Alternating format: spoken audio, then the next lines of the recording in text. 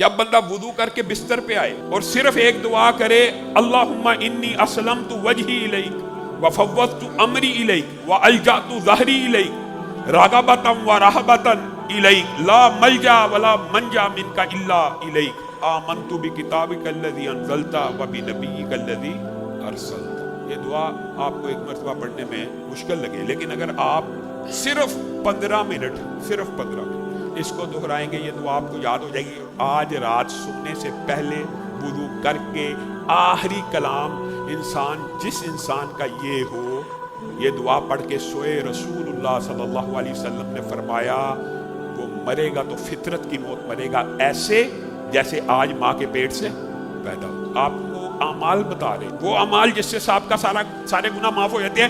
یہ اکیلی دعا پڑھنے سے انسان فطرت کے اوپر مرے گا۔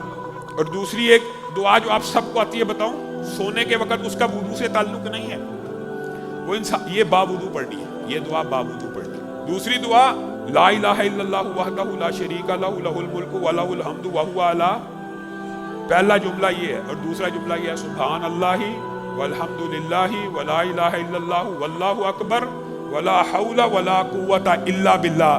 حدیث کے الفاظ یہ ہیں، سونے سے پہلے جو بندہ یہ 2 کلمات پڑھ کے سوتا ہے، سمندر کی جھاگ کے برابر گناہوں معاف ہو جاتے ہیں۔